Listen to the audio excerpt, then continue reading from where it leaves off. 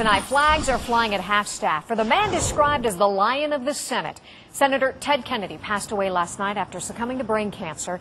Kennedy was a fierce Democrat, but a politician who could also work both sides of the aisle, getting important legislation passed.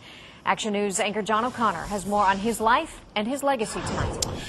Paige, whatever your political persuasion, you cannot deny the impact that Ted Kennedy had on the American political arena over almost 50 years. He was a man known as much for his personal flaws as his political successes. The Americans with Disabilities Act, passed in 1990, happened largely because of Ted Kennedy. The No Child Left Behind legislation passed under President Bush would not have happened without the influence of Senator Kennedy. And those are just two of his hallmarks as a U.S. Senator. President Obama today, who will speak at Kennedy's memorial, issued a proclamation that flags at government and military facilities all over the country be flown at half-staff. And locally, lawmakers who considered Ted Kennedy a friend or who were inspired by him spoke about their feelings for him. Being out of the labor movement, we would consider him our #1 champion for working families in America. Grace and I had the privilege of getting to know Ted and Vicky in his later years in the Senate, and we came to know and respect and love them, and we're certainly going to. Senator Kennedy's body will be taken by motorcade from Cape Cod to Boston, where he will lie in repose at the John F. Kennedy Library tomorrow and Friday. A private invitation-only service will be held Friday evening there at the library before his service on Saturday. That funeral service is scheduled for Saturday at Our Lady of Perpetual Help Basilica in the Mission Hill section of Boston.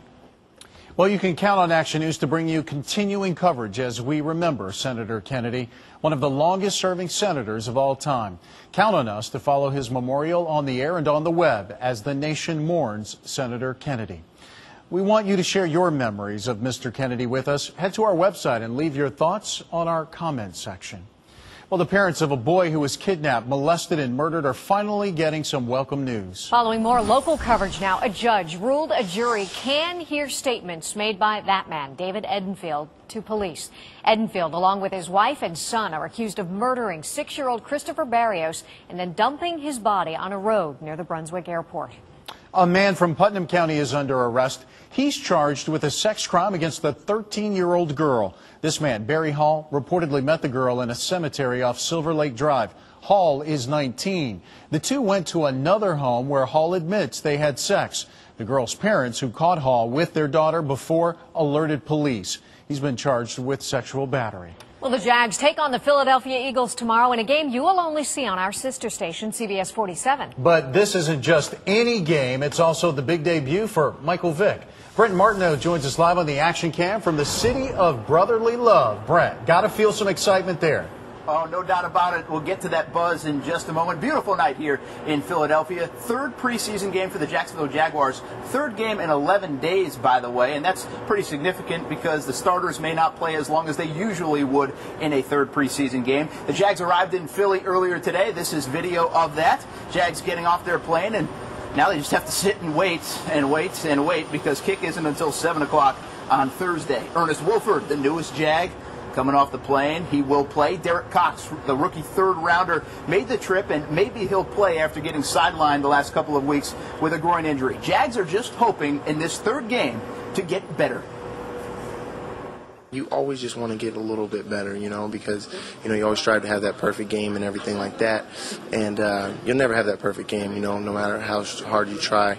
But just trying to get better, 1 week better.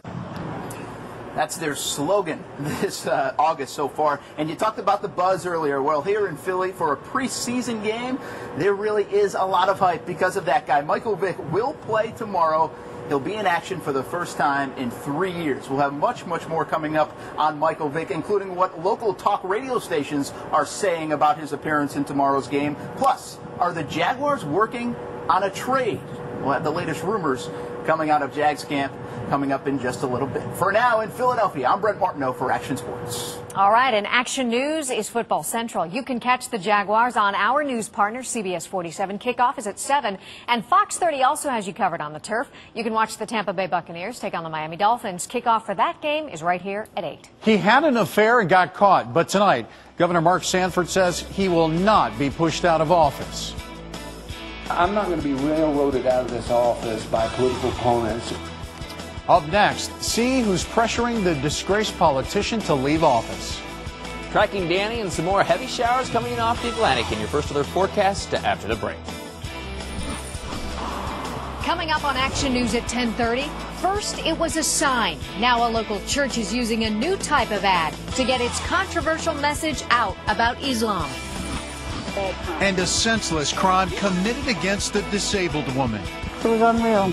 Unreal. That somebody would take something that somebody really needs. Can puppies fly?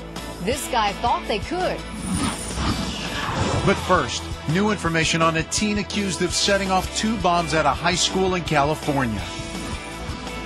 And the post office is handing out checks in return for pink slips.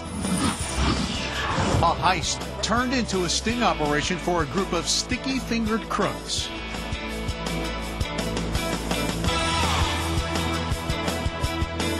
When you see breaking news happening, call Action News at 904-564-1599 or star 47 on your cell phone.